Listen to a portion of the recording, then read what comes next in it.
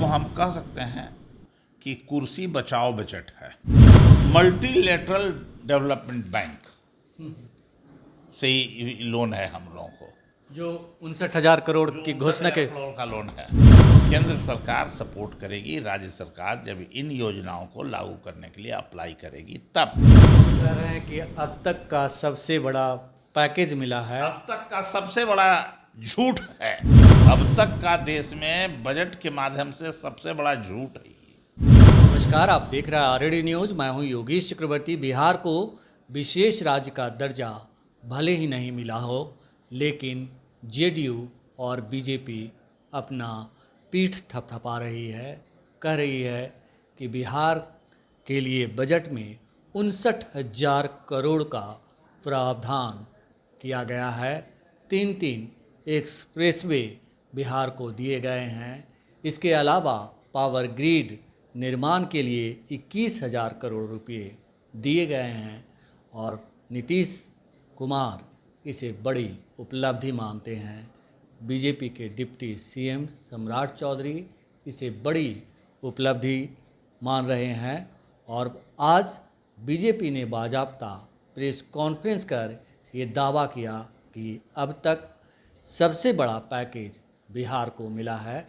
हमारे साथ आरजेडी के राष्ट्रीय उपाध्यक्ष और बिहार विधानसभा के पूर्व स्पीकर उदय नारायण चौधरी जी हैं। आइए उनसे समझते हैं, उनसे जानते हैं कि कैसे ये पूरे मामले को देखते हैं।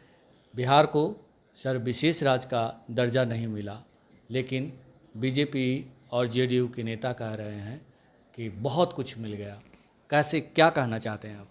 देखिए, बजट का मतलब होता है आय व्यय का खर्चा व्यय और हिसाब। और ये जो 2024-25 का बजट है देश का, जो कल लोकसभा में पेश किया गया, ये आगे हम क्या क्या काम करेंगे, किस किस बिंदु पर खर्च करेंगे, उसका एक देश के सामने एक प्रस्ताव दिया, बजट दिया कि हम यही यही काम करेंगे। और उसमें भी बिहार का हिस्सा है, कोई नई बात है नहीं। बिहार तो देश का ना राज्य है, अलग तो है नहीं। एक लाइन में हम ये कह सकते हैं, आज़ादी के बाद से अब तक का जितना भी बजट पेश हुआ देश में, उसमें सबसे ज़्यादा वर्स्ट कोई अगर बजट आया तो वो है बजट जो पिछले दिन मोदी जी की सरकार ने पेश किया, 2024-25 का बजट। इसको हम कह सकते हैं कि कुर्सी बचाओ बजट है। कुर्सी बचाओ बजट, इसका नाम रखा जाए तो ज़्यादा अच्छा रहेगा। और वो भी, लेकिन हमको लगता है कि छोटा चीज़ है। इस बजट में कुछ है ही नहीं, और ये सब झूठ का लोग पीठ थपथपा रहे हैं कि हमको ये मिल गया, वो मिल गया। आपको क्या मिला? देश का टोटल बजट जो कल पेश किया गया है वो 48.21 लाख करोड़ का बजट है। उसी में हमारा हिस्सा है। इस बजट में फोकस 3 चीज पर किया गया है बिहार को लेकर के: रोड, पावर ग्रिड और पुलिया। और कुछ कुछ है जो एजुकेशन के माध्यम से भी है, जो दिया वो भी फर्जी है। हम फर्जी कैसे, सो आपको बताना चाहेंगे। पहले तो समझ लीजिए कि लोग कह रहे हैं कि ये विशेष राज्य के दर्जा के पहले हमको पैकेज मिला। ये पैकेज कहाँ मिला हम लोगों को? अभी भी झूठ बोल रही है दिल्ली हुकूमत। 2015 में गला चीर चीर के, फाड़ फाड़ के मोदी जी आरा में भाषण दिए। शुरू किए 50,000 करोड़ से। 50,000 करोड़ दे दूं, 60,000 करोड़ दे दूं, 70,000 करोड़ दे दूं, 75,000 करोड़ दे दूं, 80,000 करोड़ दे दूं, बोली लगा रहे थे। चलो 1,25,000 करोड़ देता हूं। ये रिकॉर्ड है। जी। मिला कितना 1,25,000 करोड़ के बाद 2015 के बाद आज तक मिला क्या? तो ये उसी में से ही मिल रहा है। आई कोई हमको मुफ्त में नहीं मिल रहा है। और तो और अब मजाक, क्या मजाक है। और तो सुनिए, 2 साल पहले, इस चुनाव के पहले पूर्णिया में गए अमित शाह, माननीय गृह मंत्री जी। जब पूर्णिया गए तो वहाँ कहे, पूर्णिया के भाइयों, आपके लिए तो हमारी सरकार, मोदी जी की सरकार ने एयरपोर्ट बना दिया। एयरपोर्ट ये नहीं है, वो कह रहे हैं एयरपोर्ट बना दिया। और उतना ही नहीं कह रहे हैं, अरे बोलो भाई, ताली क्यों नहीं बजाते हो? जिस तरह से मोदी जी कहे कि दरभंगा में एम्स हो गया, उसी तरह से ही कह रहे हैं कि एयरपोर्ट हो गया।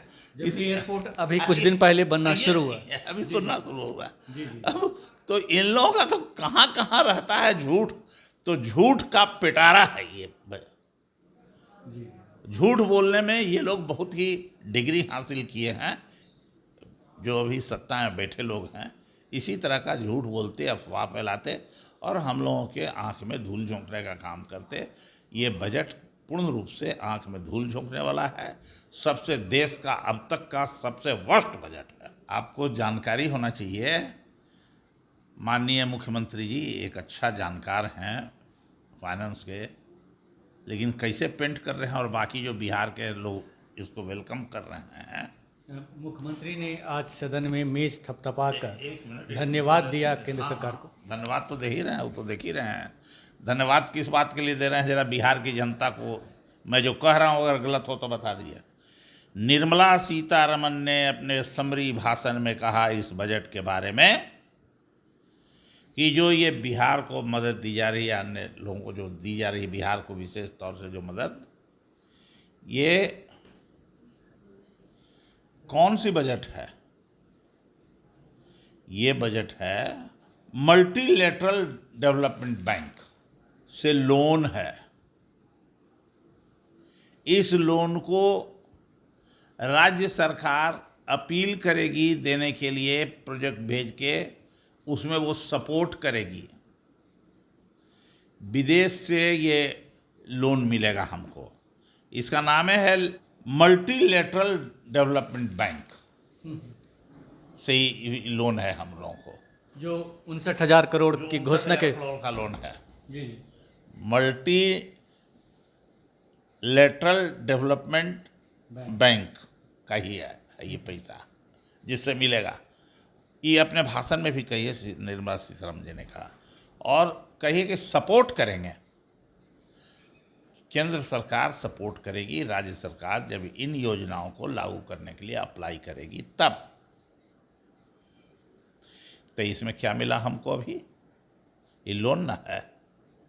ये तो कह रहे हैं कि अब तक का सबसे बड़ा पैकेज मिला है। अब तक का सबसे बड़ा झूठ है।